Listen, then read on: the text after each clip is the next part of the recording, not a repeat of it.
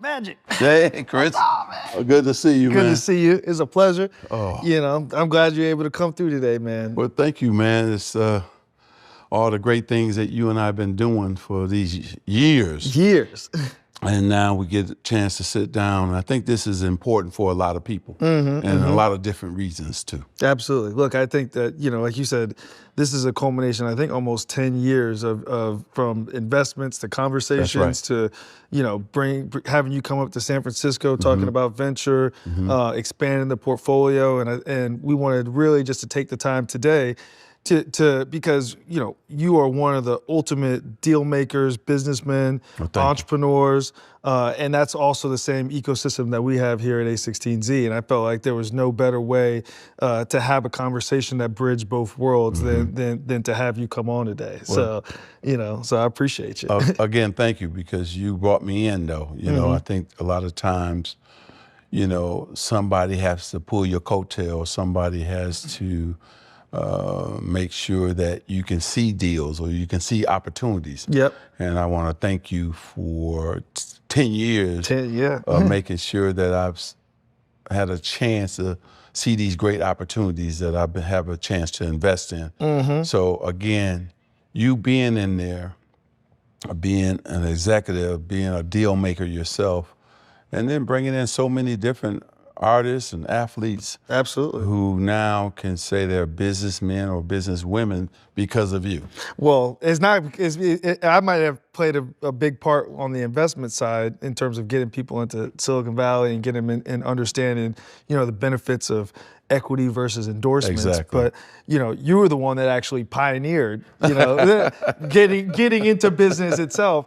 And, you know, a funny story that I've always thought that actually inspired me, and I think that we have one tie-in from the very beginning, and that's actually one of my first mentors when I first got into Silicon Valley, and that was actually Michael Ovitz. Yeah. And so I don't know if you know that, but the firm was actually built off of CAA's model, and Ovitz was on the board of Mark and Ben's company, and so that's where they originally got the idea for A16Z and having a service-based model, and so when I first got the job and started working at the firm, I got a chance to meet Mike, and my position was actually, it was a code word. It was called Mini Ovitz.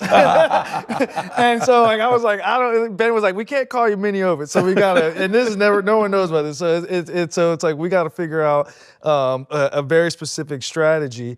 And the funny story is that he told me, he was like, look, Chris.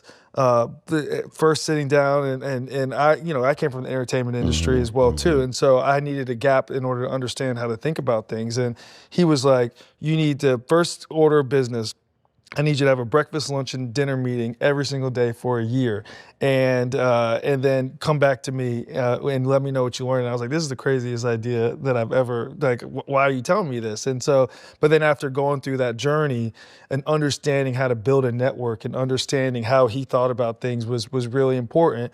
But I say that because that he also first, you know, talked to you, and when you were thinking about getting into the game and sitting down and having that same conversation. So I don't know if you could just go flashback. Yeah, I told Dr. Jerry Buss, the owner of the Lakers, that I wanted to become a businessman. He became my first mentor, but then he told me, listen, you need to meet a guy named Michael Ovitz.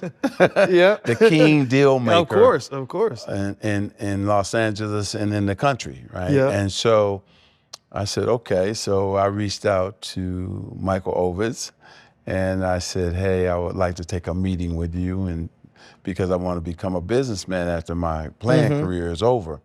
And he said, all right, come on in. So Chris, I get there, and I think the meeting was around 2 o'clock. Of course, I'm early for everything. Yep. So I got there about 1, and I'm sitting in the lobby. It's 3 o'clock. It's 4 o'clock, and now finally it's 5. So the assistant come out and get me, and I go into his office, and he shakes my hand, and the first thing he says, you know, I don't know about representing you. Athletes, they spend more money than they make.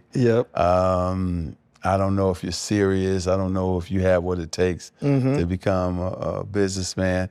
I represent everybody in Hollywood. I got all the producers, the directors, the actors, actresses, the writers. He said, you know what? Nice meeting you. And he threw me out. You're like, whoa, whoa, whoa, whoa, whoa. Like, wait a minute, what? What?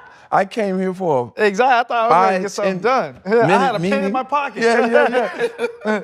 And so a couple weeks later, he calls back and he says, I checked you out. And Dr. Buss told me that you were serious.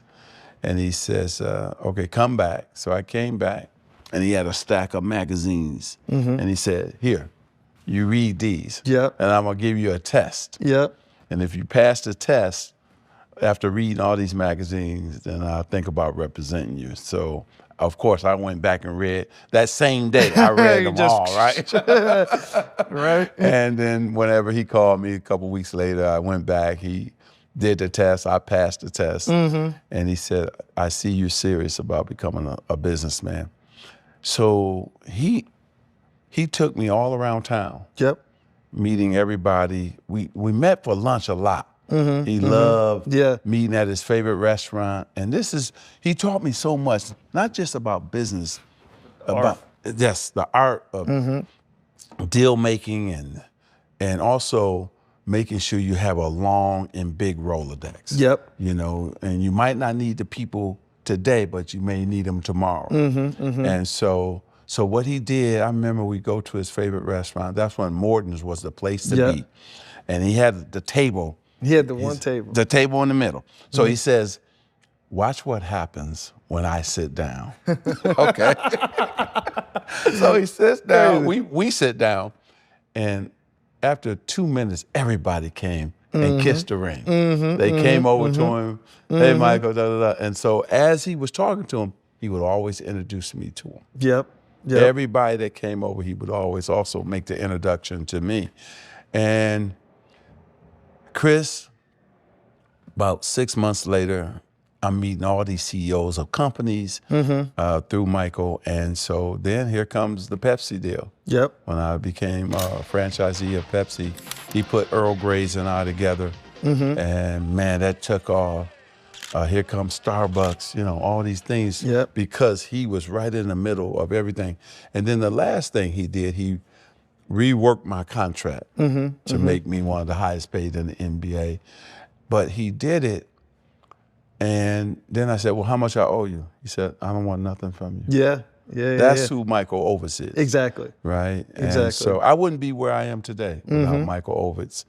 About, you know, everything that he did for me, making me smarter, made me understand business, made me understand deal making, also make sure that you go in and you ask questions and you really get the knowledge. He was big on making sure you had the knowledge, right?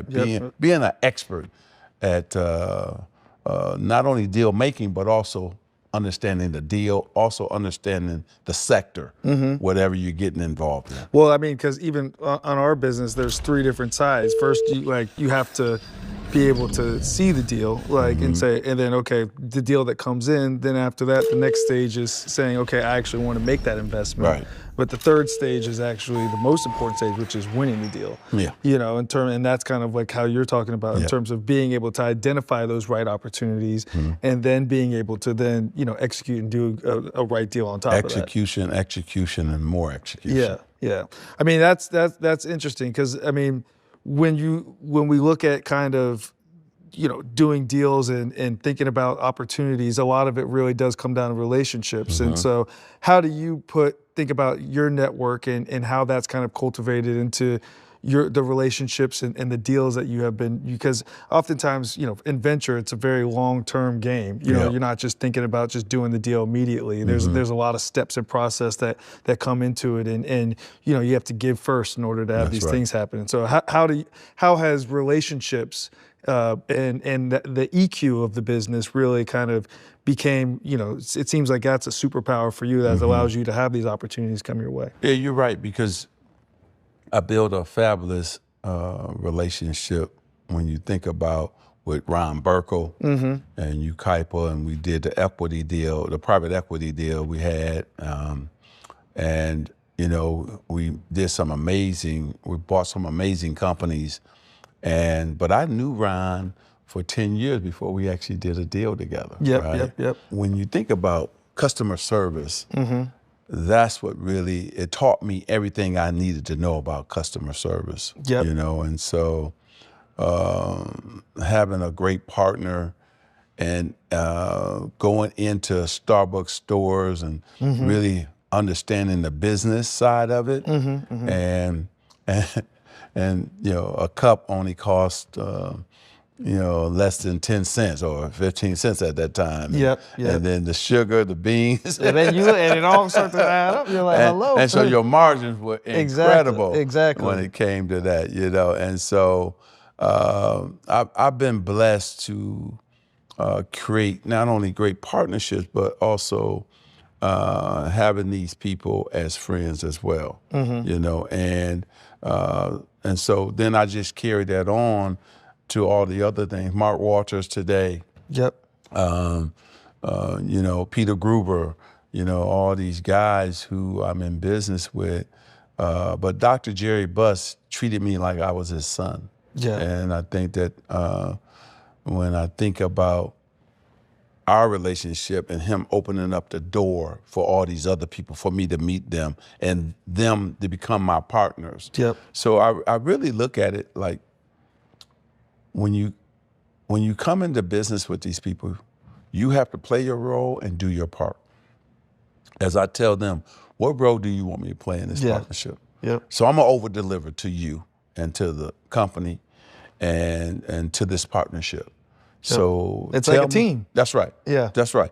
And instead of me being the point guard and the leader like I'm normally. You know, tell me what you need. Now I'm playing a role player in business with these men. And it's okay, you know. And so I am happy about that. And these partnerships have been huge and lucrative, but I learned so much from each individual. And so they taught me so much, and I was like a sponge.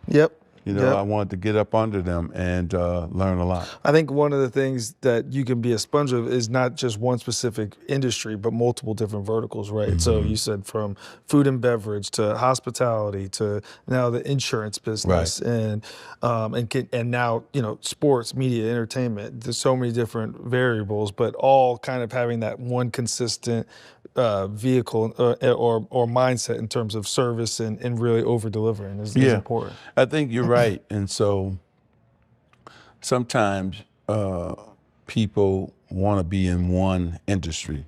And I think for me, that was never my mindset. And so, and then there was nothing sexy about anything that I invested in. But that's where it is.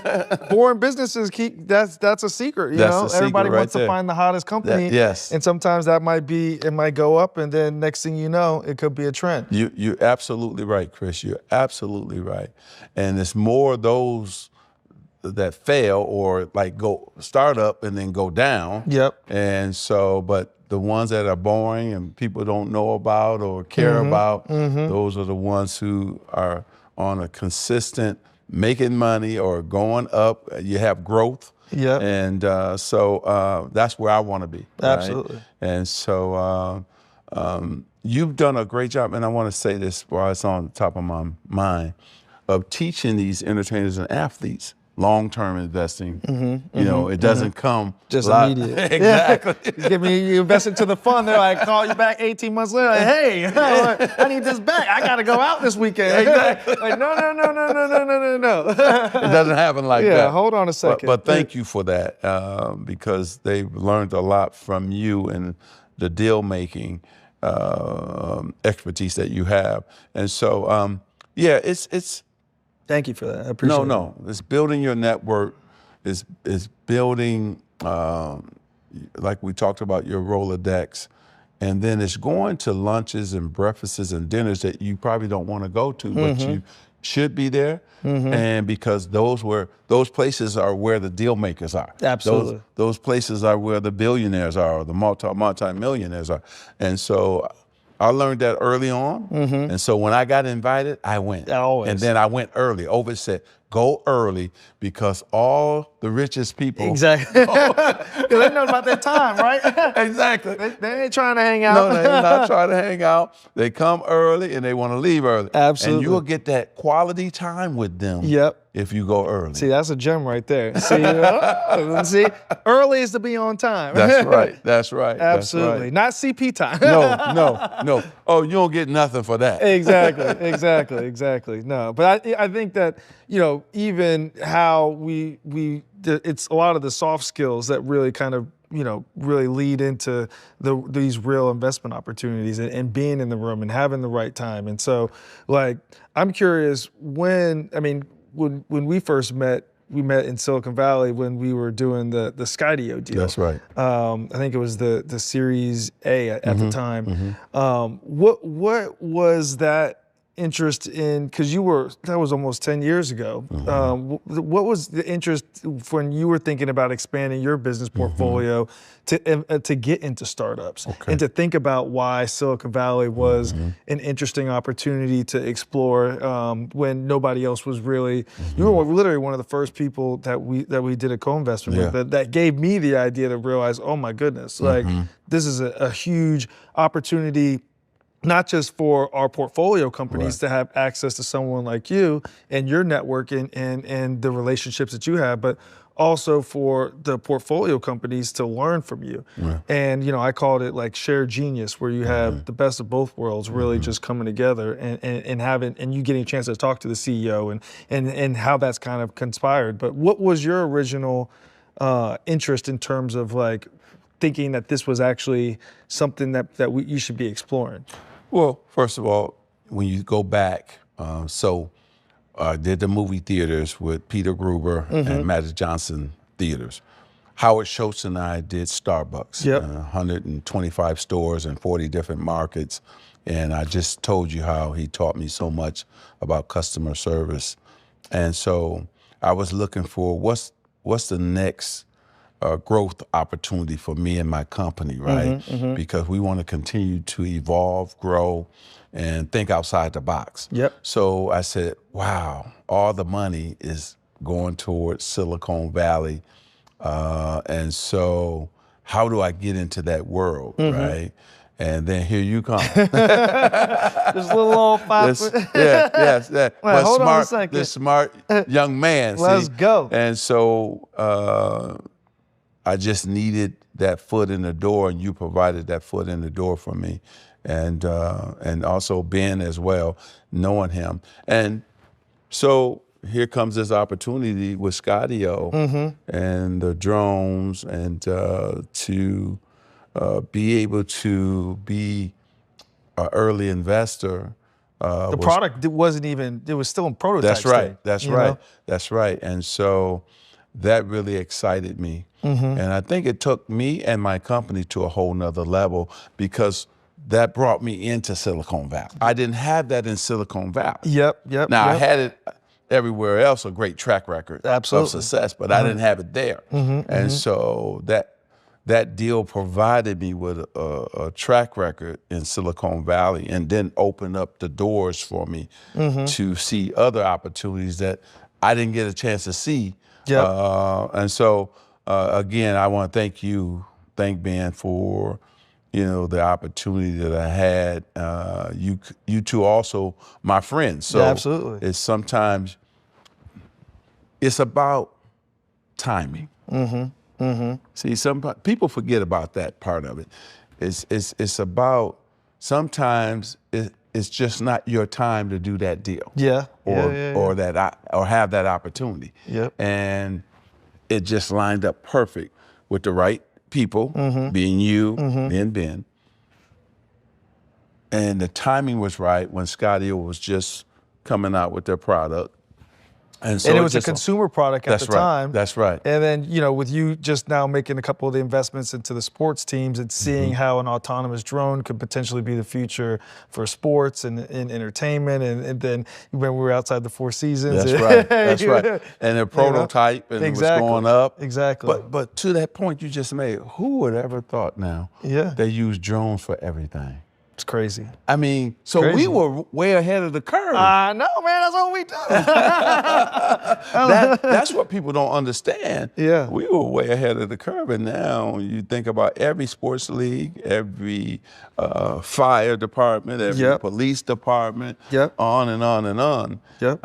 Defense contracts are now going very crazy off of it. That's right. They all use it around the world. Yeah, yeah. Well, I think then for us, one of our investment strategies is a simple one, but it's a tough one, which is like good ideas that look like bad ideas, you know? And so sometimes you have to think outside the box and see around the corner when you're making these investments. And oftentimes a good idea looks like a good idea. That means everybody can really do it. So you have to kind of find that intersection to where there's, you know, like, and what is your earned secret in terms of like, you know, from the fact, like Adam, for example, like he grew up just, you know, doing RC racing and he eat, slept and breathed this and used to work at Tesla. And so knew the opportunity around autonomy and really kind of creating that opportunity. And so, you know, that's what we look for when we're looking at founders. Like, what do you see? Because now we opened up the box. Everybody's, you know, hitting you and your team trying to get you to invest into the next Series A, the next Series B. Like, what do you look for in founders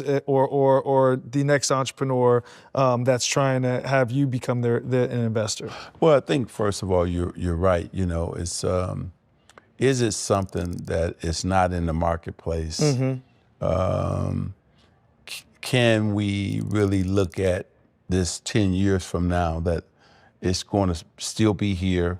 It's going to still, it has growth potential, hopefully year in and year out. And then do we have a chance to exit or sell, you know, down the line? And so, and then the partners, I want them to make sure that these founders and these great people, they have skin in the game. They also are great and they're experts at what they do. And, you know, we then also look at it, can we bring added value, right? Being Magic Johnson, all the things that we have in our toolbox, can we bring added value to the deal or to that founder and make that company grow or take off and fly?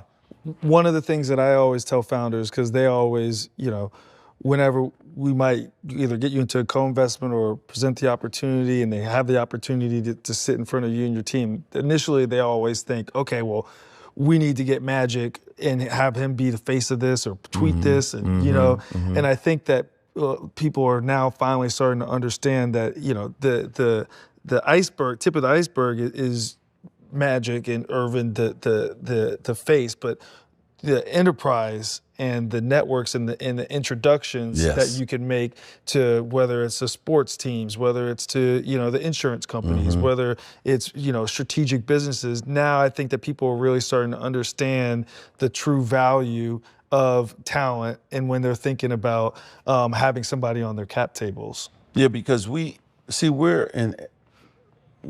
politically strong. We're CEO strong, and you know our Rolodex is huge and long and powerful, and so we know how to grow businesses. We've been doing it for a long. I've been in business over 30 years, and I tell them all the time, utilize us, utilize our network, our expertise, and so.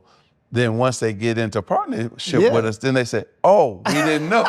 Exactly. You're like, what did you think? It's called Magic Johnson Enterprise. That's right. That's right. And that's what we talk about when we say the added value. You know, you want my check, but also, too, you should want everything else that we bring to the table. Because I'm used to winning. I'm used to winning. I mean, so, you just got another little chip. That's right. That's right. I still got a little championship on my shoulder. So to that point, Chris, I don't just want to win in sports, which I have 18 championship rings. I also want to win in business. So I have a mindset of winning, and I'm gonna do everything I can to make sure that deal or that partnership wins. Yep. And so that's why you'll get my whole team and everything that we have to hopefully support what you're doing. Yep. The next generation of talent, the next generation of whether it's athletes, entertainers that are interested in business, that are looking to invest into Silicon Valley, they often, how should they think about structuring a team in today's time? You just said it. You just said it. What they fail to realize is structuring a team. Just what you just said. Because that's so important. See, you're great at what you do. Yeah. Basketball player, football player, singing, being an entertainer. But you're not great at business. So you have to get a team that is great at business, that you control, that is a part of your entire enterprise, that can help you achieve your goals in business. Yeah. And Michael Ovitz always pointed that out to me. Yeah. Get people who are smarter than yourself, get the right people, and always pay them and then let them do their thing. Yep. And he was absolutely right. So I'm telling all of them out there, you got to get a team of people who can help you, that while you're on the stage singing, they're conducting business somewhere. Exactly. Right? Exactly. They're making deals for you. And remember, these are not people you're going to hang out with. And nor do you need them in there. That's right. Because if they're in the club next to you, then who's signing that check? Exactly. They're spending your check. Exactly. They're spending your money. So to that point, I've always looked for when we're in the infrastructure, okay, let's get some experts in infrastructure. On and on and on. So that's what you got to do. So I would tell them that. That's be the first thing I tell them. Yep. Make sure you get a great team around you. And also those can tell you no. See, they're not used to somebody telling them no. No, they don't even know. That words don't even, that's not even in the vocabulary. They'd be like, no. No, you can't do that, or no, you can't write that check, or your friends are bringing you deals that make no sense. No, don't invest. And so that's important as well. Yeah. I'm curious when you think about deals. I mean, especially when it comes to venture capital, no one bats 1,000. No. We have that. It's called the Babe Ruth effect, where you have the highest number of strikeouts, but you also have the highest number of home runs, right? And so you got to swing for the fences yes. for every deal. But there's some deals that you might miss. And all within any venture capital firm, you've missed a deal, and just that's just the nature of the beast in the industry. Do you have one in your that you can remember where you either looked at the opportunity wrong, or you missed the deal, or that you one just either got away, just because you got 32 years plus in the business, if you were striking 1,000, then I'm just curious, kind of if you can, and what did you learn from that? Yeah. Chris, there's always deals that, you wish that you had wrote the check and you didn't, or deals that, you heard about too late between the Ubers and all the deals like that, that you say, wow, you had an opportunity, but you just didn't pull the plug. I mean, you didn't pull the string to write the check, right? Yeah. And then you have a deal like Nike when I was young, and they wanted to sign me but give me stock. Why did I meet you? Why did I meet you like 40-something years ago? Hey, well, you gotta call my mom and call my dad. And I would have loved to negotiate that one. Exactly. Phil Knight said, I don't have the money they have, but I got stock. And wow. They just ran the analytics. If I had did that deal in 1979, it'd be over $1 billion. So that's the one that, you talking about one that got away? Man, I'm sure. That's the one. Michael owes you a billion favors. Exactly. So, oh man. So again, you know, there's deals that you always will think back and say, man, I wish I had did that deal. But at the same time, I'm not a guy who goes backwards a lot. I move forward. I'm always constantly moving forward. What I have is what I'm supposed to have. Yep. And so I'm not, the great thing is, being 66 now, I'm not the same young guy I was then.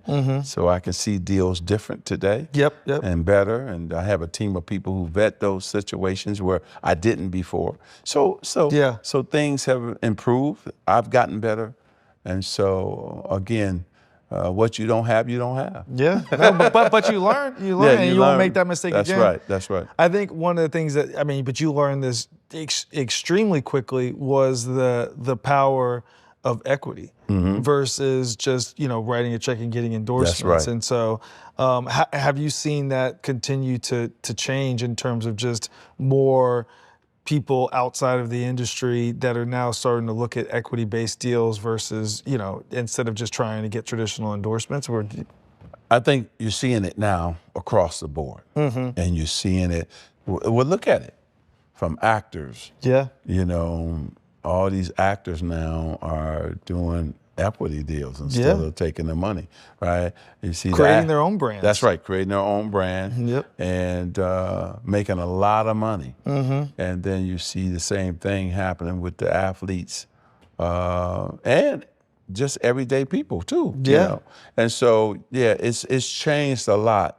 Where before you were brought up and you were coming up and you're supposed to say, get the most money. Get the check. Get the check. And, well, things have changed now. And I think there's a lot of people who were able to help people understand that's not the way to go. Yeah. And so now you're seeing some of the most high-profile people, celebrities now, owning, like you said, their own brands, their own companies. And we see it on our end when people are wanting to invest into the next big companies and understanding now that, it's not, hey, I'd love to work with you, you should write me a check. It's like, I'd love to work with you. Here's, some money so I could get on the cap. That's right. And I think that's what's really changed. Yeah. Before athletes said, no, I'm not going to write no check, I know. Give me. Yeah. And you were like, and they was like, no. Well, also the founders. Doesn't happen like that. It's two totally different worlds. We're in Silicon Valley. People, it's a Series C or a Series A company. They don't even have a marketing budget like that. But it's like, well, we do have stock. Right. And then wonder how that could play out over time too. No, everybody changed, right? Yeah. So let's try to make it happen.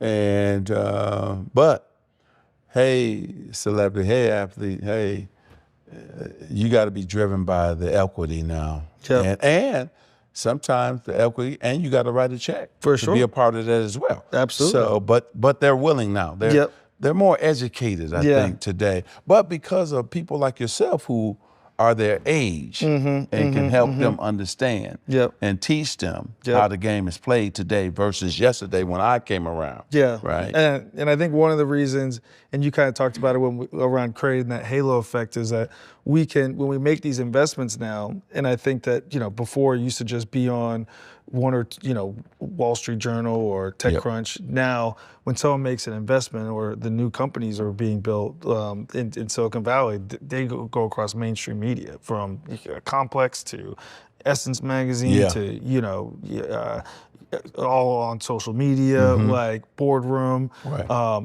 There's whole entities now that are being created that are really expressing the business of investing. And I think that and now people it's in their conscious mind and they're thinking about the next generation of those companies. Yeah, and that's what's so cool about 2025. Now, yeah. Right. And so I look at Steph Curry, you look at LeBron, the companies that they have built off the court, right? Snoop, Dr. Dre, on and on and on. Kevin Durant. Yeah. I mean, these guys are just doing They owning teams now while they're still playing. Crazy, crazy. And so it's just beautiful, and you see Tom Brady and on and on and on. You know, the Manning brothers. So you see all these former athletes and current athletes, and there's so many others who are just taking advantage of their brand and star power, but turning it into a successful company. Absolutely, yeah. And I mean, you were literally the first one. I mean, like you said, is that, you know, people were saying, why are you even interested in business? And now you fast forward 25 years, like that. The cool thing to do is have, you know, a company that you can actually go and invest into, and you can build your own brands. And I think that with, you know, even like when we think about the world of crypto and AI, you know, one of our theses is that at one point, one person will be able to build $1 billion business with the tools that are available right now.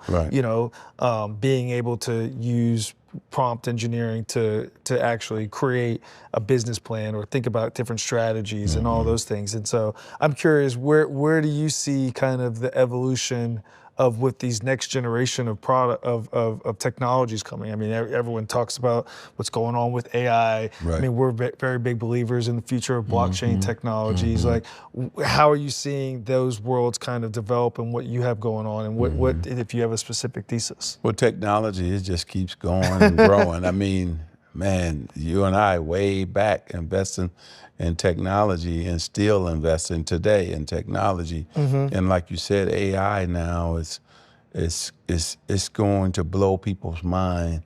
It's already blown our mind where we are today with it, but it's only going to get better.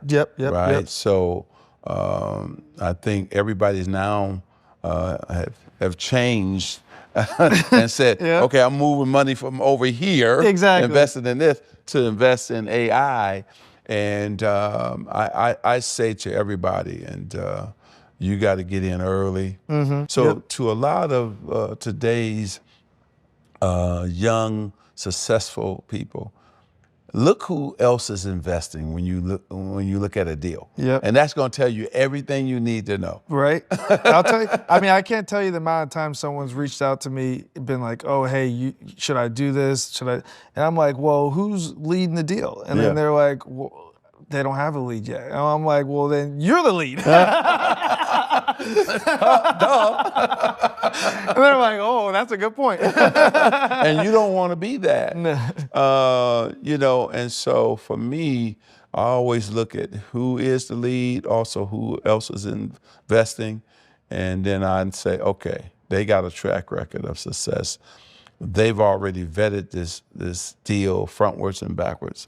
And if they wrote a check, I'm writing my check. 100%. Also, the industry is super important. And I think, you know, you've recently had an opportunity to join the cap table on Alchemy Health, and also with Function Health. That's right. Which actually just announced their Series B today. You know, you're developing an amazing portfolio in the intersections of AI, bio, and where the future of innovation is going from there.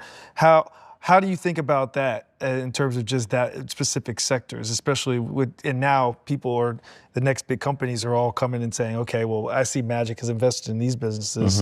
Like, I think that this is the next big one. Yeah, because you take Alchemy and building pharmacies in places that they don't have pharmacies. And we were just at a conference in DC, and we made multiple deals just in DC. They told me. They said thank you. So, you know. And they're doing amazing. They're doing an amazing job, and heavy demand for pharmacies. A lot of them all the big boys are closing a lot of their pharmacies and drugstores, and now. But they're still in need, especially in specific areas that aren't in the mainstream ecosystem. Well, that's the key, right? Rural America, right? The inner cities. There's plenty of opportunities for Alchemy to take advantage, and they are. And these cities are courting them, right? They need it. They need it. That's how I look at it. If there's demand and heavy demand, just like you look at AI, it's heavy demand for it across every industry. Every it's going to help everybody, right? Lower your cost. You're going to be more efficient. You're going to be faster. Yep. Yep. And you literally have the world's information just right there on your fingertips. That's right. Ready to help, build you the next product. Exactly. Code the next company. Faster, quicker. Yep. Less money. Yep. That sounds like a win to me. and you make more money. Exactly. So again, I want to make sure companies are on the cutting edge and are doing things we've never seen before, or there's a huge demand. Like alchemy, there's a huge demand. Yep. And man, it's almost you can't miss. Right. Well, the funny thing is that you've seen it before. When you think about the theaters, yeah, you think about Starbucks, the theaters, all the things that we did, there was heavy demand for it in the inner cities. Exactly. But nobody was going in there building them. So it was supply and demand, right? Yep. So we met that, and man, everything just hit a home run. And so, and then we just kept that business thesis going. And then here companies came in and said, oh, wow, that's a huge marketplace. Minorities do have a lot of spending power, right? And right now we're, over $1 trillion, about $1.4 trillion spending power between African Americans and Latinos is a couple trillion. 100%. Exactly. And so nobody was going after their disposable income. So that's why I built my business in those communities. Yep. And to your point, so I will continue to look there, but because now my company is more global and we're doing bigger deals. And that's sometimes a problem that you and I have, our friends, right? Yeah. And people that we know who are great people, who are celebrities, and so, they bring you deals and they're too small and they don't understand. I've outgrown those deals, Like, what's that? What did you say? You said like the same amount of time I'm going to work. That's right. Work on this small. That's right. For a small deal, I could be working on a big deal. Yep. And we got to put our efforts in those big deals. And but there's nothing wrong. And so everybody has to start somewhere, and they have to understand that. Don't think that you have to start where I am or where LeBron is or Steph or whoever it is. It's okay to start small and grow your business. Exactly. And grow your company. But for me, you can't get mad at me because I said, hey, my deal's got to be here. Yeah. Because again, that's where my company, my brand is. And and that's the calls that I'm getting today. Yep. Where yesterday I was getting the other calls, but not today. All these big deals, they call me and say, hey, we want you to be a part of it. That's how I got into the sports team. Exactly. I remember when I went to your annual conference down in Laguna, you had your whole team around and you were pointing about, look at my portfolio. This is the portfolio. This is the value in billions. That's right. And so you emphasized, like, if we're going to keep growing this, we're going to need exponential value. And so you're going to have to, swing for the fences and think bigger continuously. Yeah, because Chris, let's just break down. When we bought the Dodgers, $2.2 billion, where everybody said we overpaid, right? And today, this is not from me. Yep. This is from Forbes and all the companies. Now it's $8 billion. Yep. Right. And so billion. Dr. Buzz bought the Lakers for $65 million. They just sold for $10 billion. Lake Show, baby. The Commanders, just 2 years old now. Doing great, yeah. $6 billion. Now they just said we're closer to $8 billion. Yep. And now that the new stadium, that's going to go even up higher. Yep. Right, that we're building today. So sports, I know we always talk about it. Why do I invest? Well, it's easy. Because the valuations are so high, and nobody's ever going to stop watching sports in America. Never. That's where we get away. Exactly. That's our release. Exactly. That's our get away from our everyday work life. Yep. Is to watch sports, and that's why it's always going to be these teams. The valuations of these teams will continue to skyrocket because of that. The Sparks.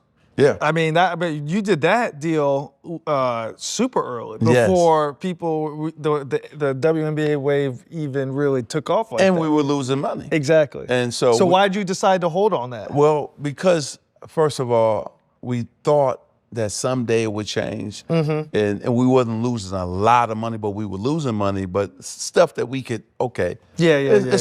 Yeah, we're comfortable with the loss. Yep.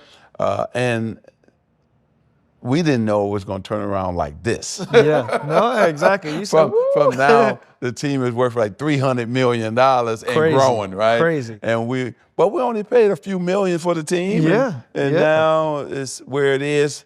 But give a lot of the players a lot of credit. Give college basketball, women's college basketball took off. Yep. And then that fan base came in to the WNBA and started 100%. watching that as well. No, we're still blown away about the growth of the WNBA and where it's going. Soccer in America, same thing. LAFC, we're let's go. Valuation over $1 billion. I think we're 1.2. Yep. Man, it just keeps growing. The NWSL, the Women's Soccer League, same thing. It's just skyrocketing. Now they all have great TV contracts. The WNBA, that's the reason why. Because they have great TV contracts. 100%. And so it's just amazing. So that's why I invested in sports teams. And they're growing. More that's right. Growing and growing and growing. And then streaming came in. All those companies really allowed these leagues to grow because they all want sports content. Yep, so much, even like what happened with YouTube a couple weeks ago, YouTube TV, when they shut off ESPN for a couple weeks and Disney, and everybody was like, no, hold on a second. We got to get this deal right. Yes, you know, because that's how important it is. That's right. And young people get everything on their phones. Oh, yeah. You know how many times we'll be eating dinner and then, like, you just you go out to eat and like, you got the game on? A lot of people told me they were watching the World Series when my Dodgers won back-to-back, and they said they'd be out to dinner. Absolutely. And they wasn't listening to their wives or girlfriends. They were like, wait, man. And one guy told me they were at a wedding. Yep. And said all the guys sort of went out. Right, y'all good? Y'all gonna be good? Okay, we going outside to watch the game on our cell phone. Oh, man. So, but that's how they consume their content is on that phone. Well, even when you were talking about sports when we were upstairs, you said one of the secrets to why these teams are growing, and obviously with the success of the Dodgers when you purchased them, and the Sparks and continuing, and now with the Commanders and so many other teams, is that you have to not be afraid to spend money. You got to spend money in order to make money. That's right. So break that down, because I mean, even from our portfolio companies and founders, thinking about always just conserving the cash versus going out and really putting the money to work. Yeah, Chris, that's a great point. When we bought the Dodgers, we put a couple $100 million into the fan experience, into the stadium. We had to increase the fan experience. What is every league and every team talking about today? Yeah. How to increase the fan experience, because then the money will come back to 100%. the owners, right? And so because of that, now the Dodgers we're making money that no major league baseball team has ever made in revenues. It's been crazy. Yep. Unbelievable. So it came back to us. And so I can tell you so many different situations that you have to invest in the team, in the stadium, because it will come back. And the players, because that's the number one thing.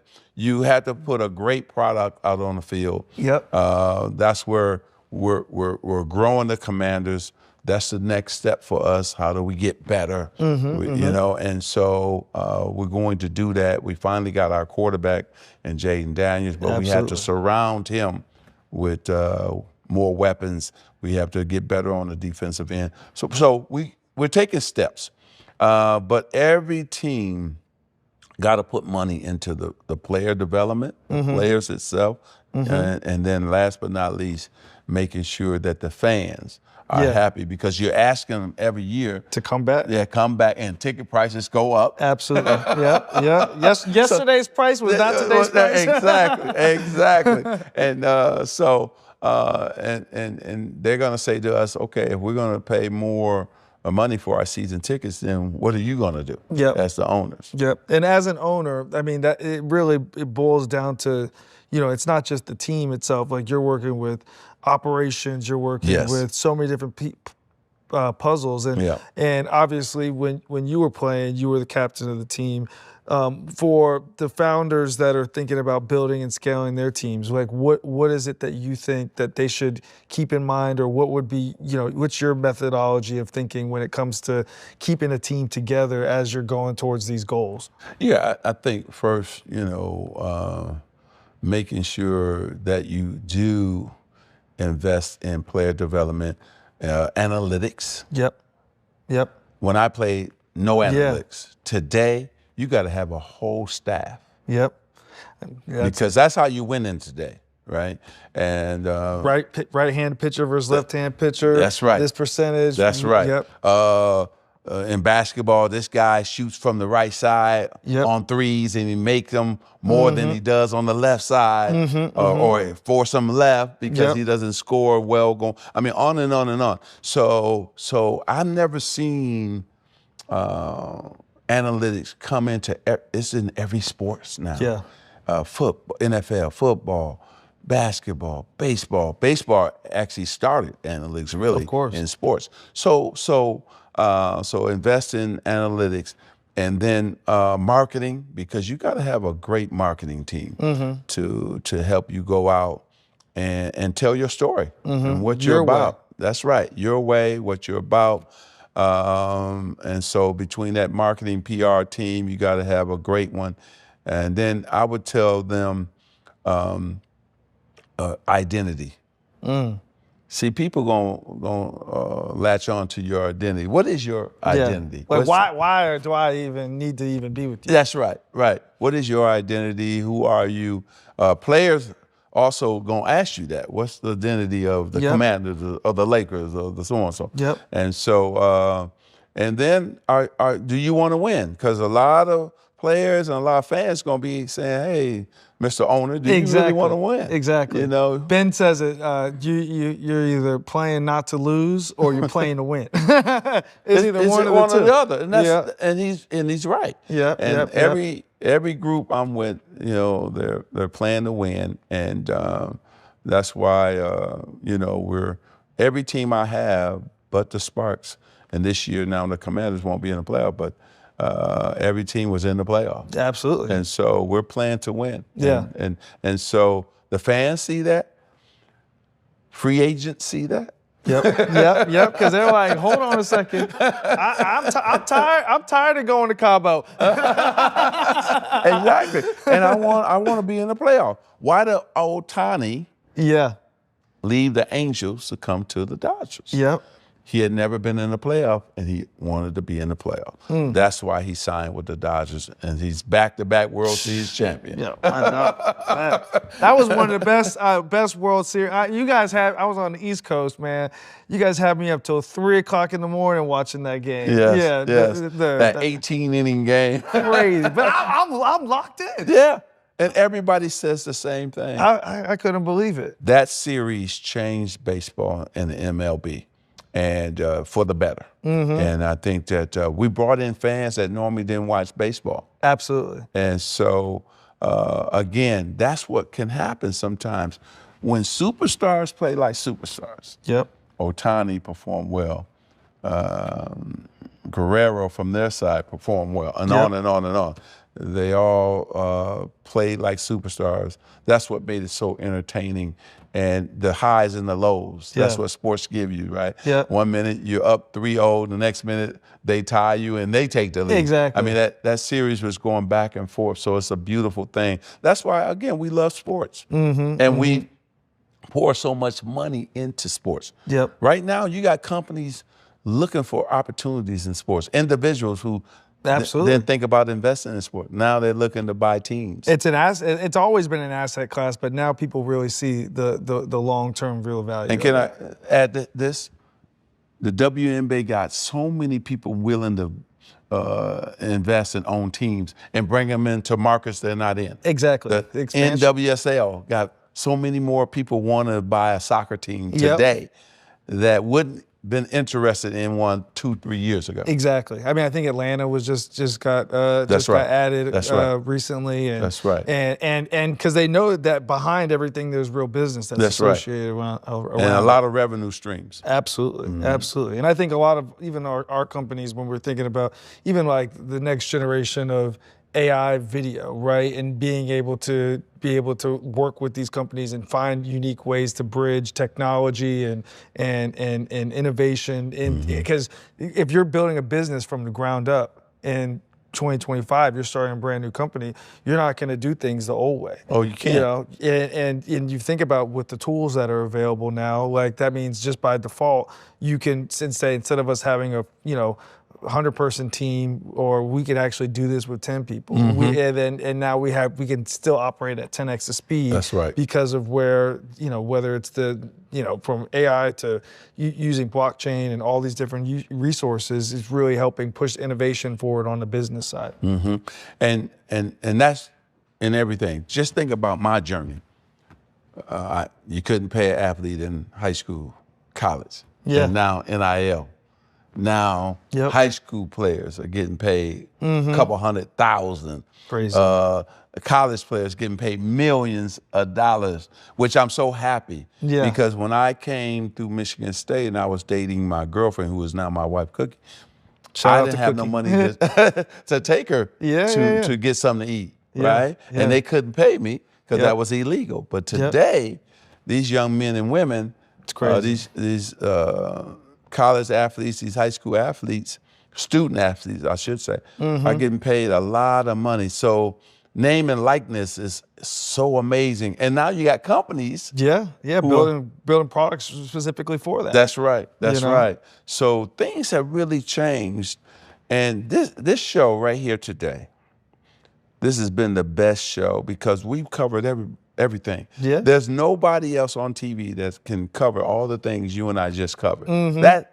That's amazing. Well, I think one of the main reasons is because we both are passionate about this and we're both actually in it. Right. Every single day. That's right. Like we're not, just on the outside reporting in. We're right after this.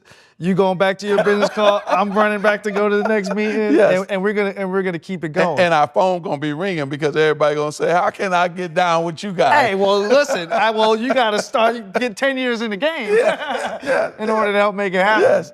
So exactly. But I think that your journey, and this is why we just wanted to make sure you were the first one that we shared this with, because you did it like you said. We talked about the NIL deals. You talk about all those things the contracts were way different back then when you did it. But how you did it was through was not just on the sports, but all majority from business. That's right. And a number of deals that led you into taking one thing, taking your investment in Starbucks, flipping it into Dodgers, just continuing to build. And so I think that as much as we love you as the Hall of Fame athlete, you're a Hall of Fame entrepreneur. Well, thank you, Chris.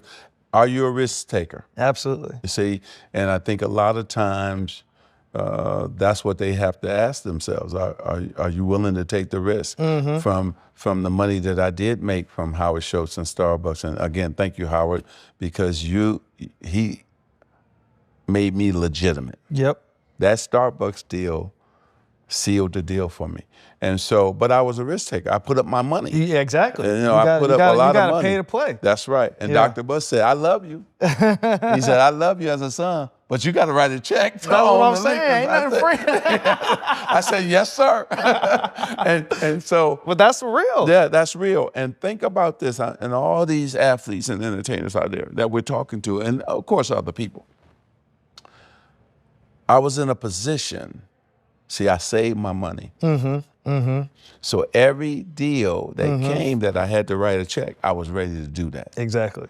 So that's what's important. Interesting. That's a gem right there. That's what's important. And so while you're blowing it on so many other things, remember when that deal comes and you have to put equities You had to put skin in the game. You got to be ready for that. Stay ready, so you don't got to get ready. That's right. That's right. So I wanted to throw that nugget out there, and that's so important. And man, my journey. You know, the best compliments I get is from all the current guys, the current hip hoppers, Rick Ross, all of them, Common. They all say, man, we couldn't do what we're doing today. But we can do it because of you. Absolutely. You showed us the way. And I said, man, that's a great compliment. I remember Common pulled me aside. He said, man, we don't respect a lot of people, but every time I get into any concert, we talk about money, we talk about owning something, they all say you. Absolutely. They point to you, and I say, well, thank you. And I'm just so happy that Michael and I can say, hey, now look at KD, look at Steph, look at LeBron. It's more than them. There's so many other, Draymond, Iguodala. I mean, I can keep going. There's so many great businessmen out there and women, because the WNBA, those young ladies are doing great things. 100%. And so I want to also shout them out. And it's been a blessing, man, to sit here with you so that we can educate and also help others, you know, who want to get into investing or Silicon Valley, owning their own company. It's not easy. Nope. But it's doable if you put the time in. You got to be willing to put the time in. Yeah, 100%. Because like you said, after this, you and I running, and I'm gonna be on the phone in that car. Exactly. All the way back to the office, doing deals. You and I was separately on phone doing deal before. You ready? Give me 5 minutes. Give me 5 minutes. Give me 5 minutes. And that's what it takes. And then, last but not least, I gotta say this. Don't be afraid to partner. See, that myth. We got to get rid of that myth that you got to be the only one. Yeah. It's abundance, man. That's right. You and I are partners. So, see, you didn't have to bring me in. You could have just said, oh, I'm good. Exactly. But you brought me in. And so I want all these young people to understand that too. It's okay. To collaborate. That's right. It's okay. Yeah. And then do multiple deals. Keep going. Because Chris, you're so needed in today's culture. I appreciate it. See, because I'm older, you're young. So they're looking at you saying, dang, I want to be like you. Or I want to partner with you. I want to teach me. See, sometimes we're afraid to say, hey, somebody say, teach me. Yeah. Right? And you know so much, and you've helped so many. And that's been your blessing and your purpose. Of course, you're rich and going to be richer, but you're rich by a lot of different ways. You're rich by money, but you're rich also with your Rolodex and your knowledge and your willingness to spread that and give it to somebody else. The downfall of minorities has been most of the rich people before us took the knowledge with them, didn't share it. Exactly. Okay, exactly. So I wanted people to know. Well, this is the man right here. I appreciate it. Look, well, I wouldn't be here if we didn't have the opportunity to soak up your wisdom and just the foundation that you've created, and you've been my inspiration behind everything in terms of taking business and bridging these worlds together. And so I appreciate you taking the time to have this conversation. You're a friend. You are always there whenever we need anything. And in return, we just want to keep on running it up. That's it. That's it. Keep on winning them rings. Sliding them championship rings on our 19, 20. I appreciate you, man. This was super needed. Yes. I'm glad we were able to get this wisdom down. Thank you. You're the man. So. Thank you. I appreciate it. And so are you. Oh, thank you, bro. Thanks, everybody. All right. Signing out. Signing out. Not signing off. No. Out. Exactly. No, that was amazing. Great, man. Yeah.